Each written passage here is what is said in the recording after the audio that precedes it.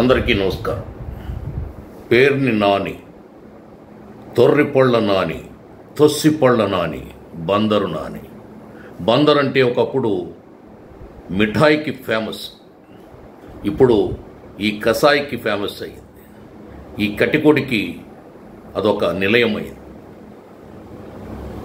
పేదవాడి నోటి దగ్గర కూడును రేషన్ బియ్యాన్ని కొల్లగొట్టి కోట్లు సంపాదించినటువంటి ఈ అవినీతి అక్రమార్జన పరుడు ఈవేళ వైసీపీ కార్యకర్తల్ని రెచ్చగొడుతూ చీకట్లో కన్ను కొడితే సఫా అయిపోవాలి, తెలుగుదేశం పార్టీ కార్యకర్తల తలలు తెగిపోవాలని సందేశం ఇస్తున్నాడంటే ఎంత ధైర్యం, ఎన్ని గుండెలు విడికి!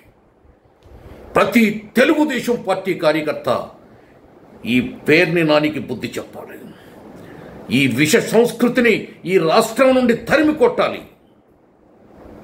ఈ రప్పా బ్యాచ్ని సఫా చేయాలి. జై తెలుగుదేశం, జై జై తెలుగుదేశం.